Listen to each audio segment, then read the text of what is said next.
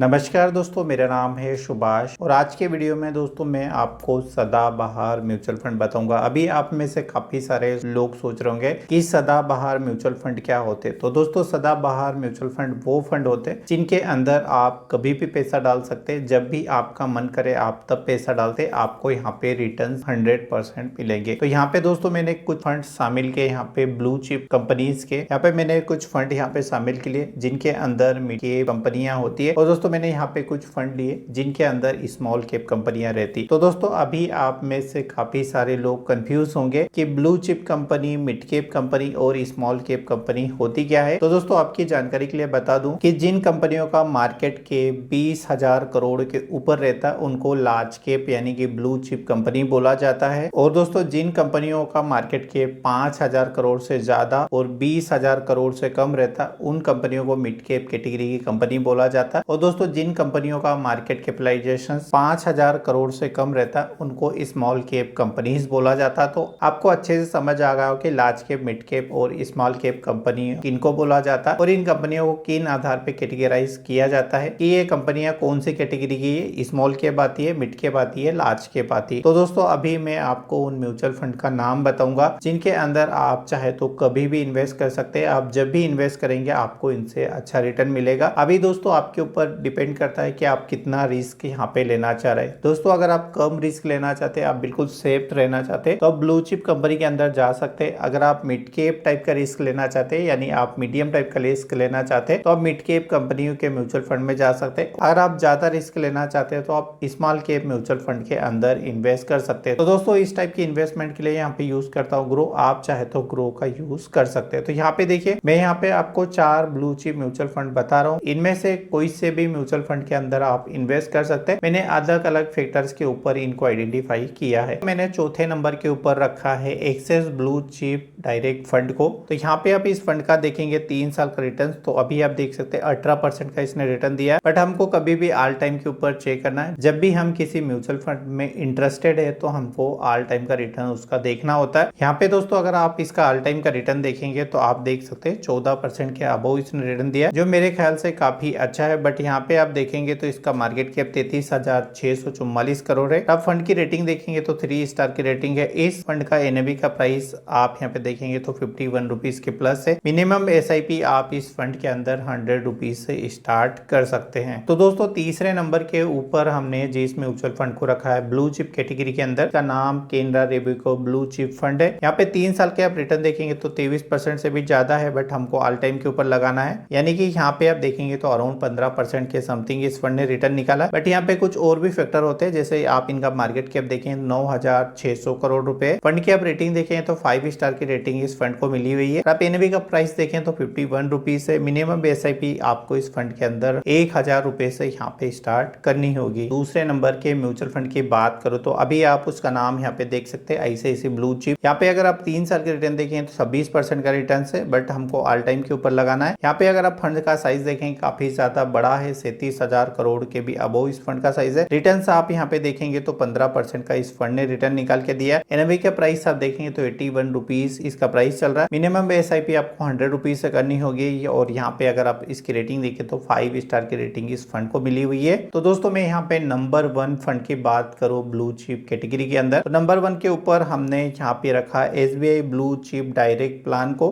यहाँ पे अगर आप इसके ऑल टाइम के रिटर्न देखें तो 15% से ज्यादा है। नंबर 1 रखने के काफी सारे मल्टीपल रीजंस है, मैं आपको यहाँ पे शेयर कर देता हूँ जो मैं समझता हूँ। सबसे पहले मैंने यहाँ पे देखा कि इस कैटेगरी के अंदर इस फंड ने सबसे ज्यादा रिटर्न दिए। फंड का अगर आप रेटिंग देखेंगे तो 4 स्टार की रेटिंग है जो अच्छी मानी जाती है। यहाँ पे अगर आप इसका एनएवी का प्राइस भी देखेंगे तो 76 रुपीज यहाँ पे आपको देखने को मिल जाएगा। मिनिमम एसआईपी आप 500 रुपए से आप स्टार्ट कर सकते हैं। और यहाँ पे मेरा फेवरेट है मार्केट कैपिटलाइजेशन यानी कि बार्गेनिंग पावर इस फंड के पास है। तो जब भी दोस्तों आप किसी म्यूचुअल फंड में इन्वेस्ट करें तो आपकी उसका मार्केट कैप ज्यादा होना चाहिए। जितना ज्यादा मार्केट कैप होगा म्यूचुअल फंड मैनेजर्स के पास उतना ज्यादा बार्गेनिंग पावर्स होगा। बार्गेनिंग पावर्स क्या होता है मैं अपने हर वीडियो में बताता रहता हूँ। तो अगर आप मेरे पुराने यूजर्स है तो आपको पता होगा मैं किसके ऊपर बात कर रहा हूँ। तो दोस्तों ये इस कैटेगरी के 4 most of favourite mutual fund है। कम रिस्क के ऊपर पैसा लगाना चाह रहे म्यूचुअल फंड के अंदर तो आप इन 4 म्यूचुअल फंड में से कोई भी म्यूचुअल फंड चुन सकते हैं। कभी भी आप इन्वेस्ट कर सकते हैं, आपको ये फंड निराश नहीं करेंगे। तो ये बेस्ट ऑफ म्यूचुअल फंड है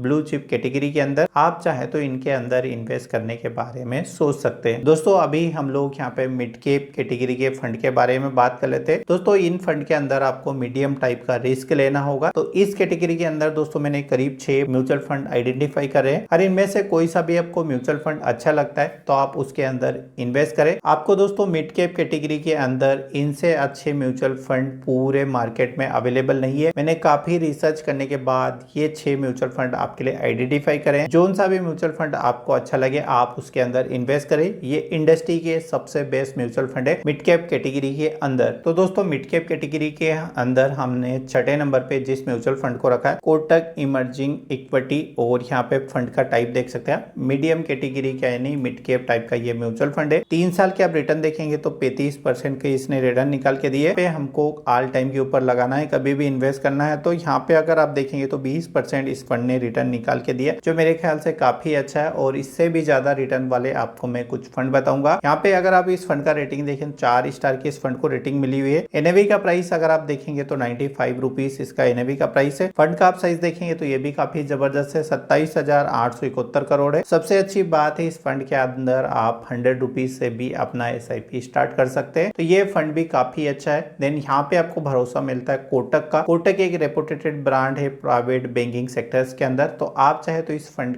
में इन्वेस्ट करने के बारे में सोच सकते हैं। 5वें नंबर के ऊपर जिस म्यूचुअल फंड को रखा है उसका नाम अभी आप देख सकते हैं SBI magnum mid cap fund. यहाँ पे अगर आप 3 साल का रिटर्न देखेंगे तो 38% की इसने रिटर्न निकाल के दिए। यहाँ पे अगर मैं ऑल टाइम के ऊपर क्लिक करूंगा तो इस फंड ने कोटक की अपेक्षा थोड़ा सा कम रिटर्न निकाल के दिया, बट यहाँ पे आपको भरोसा मिलेगा SBI का। फंड का अगर आप रेटिंग देखेंगे तो 4 स्टार की रेटिंग है। एनएवी का प्राइस देखेंगे तो 185 रुपए से भी ज्यादा है। इस म्यूचुअल फंड के अंदर आपको 500 रुपए से अपना SIP स्टार्ट करना होगा। मार्केट कैप आप देखेंगे तो कोटक से कम है, बट यहाँ पे ट्रस्ट मिलेगा आपको SBI का। तो ये म्यूचुअल फंड भी काफी अच्छा है। अभी आपके ऊपर डिपेंड करता है कि आपको कौन सी कंपनी अच्छी लगती है और आप किस माइंडसेट के साथ मार्केट में इन्वेस्ट करने के बारे में सोचते हैं। तो दोस्तों इस कैटेगरी के अंदर 4थे नंबर के ऊपर हमने जिस म्यूचुअल फंड को रखा है उसका नाम अभी आप देख सकते हैं HDFC मिड कैप फंड इस फंड का नाम है। 3 साल के आप रिटर्न देखेंगे तो 36% के रिटर्न है। अगर मैं ऑल टाइम के ऊपर क्लिक करूंगा तो इस फंड ने दोस्तों यहाँ पे 20% से भी ज्यादा रिटर्न निकाल के दिया। अगर दोस्तों आप इस फंड का एनएवी का प्राइस देखेंगे तो 129 रुपए से भी ज्यादा है। फंड का अगर आप रेटिंग देखें तो 4 स्टार की रेटिंग मिली हुई है। मिनिमम SIP आप 100 रुपीज से कर सकते हैं। मार्केट कैप देखेंगे काफी जबरदस्त है, 39,295 करोड़ है, यानी इस फंड के पास भी बार्गेनिंग पावर काफी ज्यादा है। तो फ्यूचर्स में ये फंड आपको अच्छे रिटर्न बना के दे सकता है। अगर आप यहाँ पे इसका टाइम ड्यूरेशन देखेंगे तो 2013 में ये फंड स्टार्ट हुआ था और जो लोग यहाँ पे 13 से इन्वेस्ट कर रहे हैं उनको काफी अच्छे रिटर्न इस फंड ने निकाल के दिया। सबसे अच्छी बात इस फंड ने यहाँ पे मेंटेन करके रखा है 20% का रिटर्न, जो मेरे ख्याल से काफी अच्छा है मिड कैप कैटेगरी के अंदर। दोस्तों तीसरे नंबर के ऊपर हमने मिड कैप कैटेगरी के अंदर जिस म्यूचुअल फंड को रखा है उसको अभी आप मेरी डिस्प्ले के ऊपर देख सकते हैं, एक्सेस ग्रोथ अपॉर्चुनिटीज फंड। यहाँ पे अगर आप 3 साल का रिटर्न देखें तो 28% का रिटर्न है और आप ऑल टाइम का यहाँ पे रिटर्न लगाएंगे तो यहाँ पे इस फंड ने भी पिछले फंड को टक्कर दिया है, यानी HDFC मिड कैप फंड को ये फंड यहाँ पे बीट करते नजर आ रहा है। बट यहाँ पे दोस्तों इसका नेगेटिव साइड है कि इस फंड को स्टार रेटिंग काफी कम है। मिनिमम SIP आप 100 रुपीज से कर सकते हैं। अगर इसका एनएवी का प्राइस देखें 24 रुपए और यहाँ पे फंड का साइज आप देखें तो 8,977 करोड़ है। रिटर्न्स के मामले में देखें तो फंड ने काफी अच्छे रिटर्न दिए थे, तो आप चाहे तो इस फंड को भी कंसिडर कर सकते हैं इन्वेस्टमेंट के लिए। दोस्तों हमने इस कैटेगरी के अंदर दूसरे नंबर के ऊपर जिस म्यूचुअल फंड को रखा है अभी आप मेरी डिस्प्ले के ऊपर उसका नाम देख सकते हैं, Motilal Oswal mid cap fund. और आप 3 साल के यहाँ पे रिटर्न देखें तो 40% के रिटर्न है। अगर आप ऑल टाइम के रिटर्न देखें तो 22% है, यानी कि हमने जितने भी अभी फंड देखे उनमें से सबसे ज्यादा रिटर्न इसने निकाल के दिए। आपको फैक्टर है वो भी ध्यान में रखने, आपको रिटर्न्स के पीछे नहीं भागना है। तो यहाँ पे दोस्तों आप फंड का अगर साइज देखें 4,500 करोड़ रुपए, रेटिंग आप देखेंगे तो काफी जबरदस्त है, 5 स्टार की रेटिंग है। एनएवी का आप प्राइस देखेंगे तो 65 रुपए के अबव है। मिनिमम SIP आपको यहाँ पे 500 रुपए से करनी होगी। तो इन सब चीजों को भी आप थोड़ा सा ध्यान में रखेंगे क्योंकि इसका मार्केट कैप कम है। अगर आप रिटर्न के बिहार पे यहाँ पे जाना चाह रहे हैं तो रिटर्न के हिसाब से ये फंड काफी अच्छा है। अगर मैं इस फंड का स्टार्टिंग टाइम की बात कर दूं 2014 के अंदर ये फंड स्टार्ट हुआ था, तो ये भी काफी अच्छा फंड है। बाकी इस फंड के अंदर मुझे एक ही नेगेटिव पॉइंट लग रहा है, फंड का साइज अभी छोटा है। आपको रिटर्न्स पसंद है और आप रिस्क लेने के लिए तैयार है तो इस फंड के अंदर आप इन्वेस्ट करने के बारे में जरूर से सोचे। अभी दोस्तों हम लोग नंबर 1 की बात करें तो यहाँ पे आप देख सकते हैं मीरे एसेट मिड कैप फंड है, ये नंबर 1 है इस कैटेगरी के अंदर। यहाँ पे आप 3 साल का रिटर्न देखें 35% के अबव है। ऑल टाइम के अब रिटर्न देखें तो यहाँ पे 26% से भी ज्यादा इस फंड ने रिटर्न निकाल के दिए। एनएवी का प्राइस आप देखेंगे तो 25 रुपए के समथिंग है। यहाँ पे रेटिंग देखें तो 4 स्टार की रेटिंग है। 1000 रुपए से आपको अपनी एसआईपी इस फंड के अंदर स्टार्ट करनी होगी। फंड का अगर आप साइज देखें तो 9,743 करोड़ रुपए इस फंड का साइज है। आपको इनमें से जो भी फंड अच्छा लगे आप उसके अंदर इन्वेस्ट कर सकते हैं, बट जो मेरा एक्सपीरियंस कहता है आपको किसी भी म्यूचुअल फंड के अंदर जो चीजें देखनी चाहिए, सबसे पहले आपको देखना चाहिए कि फंड का मार्केट कैप सबसे ज्यादा होना चाहिए। दूसरा,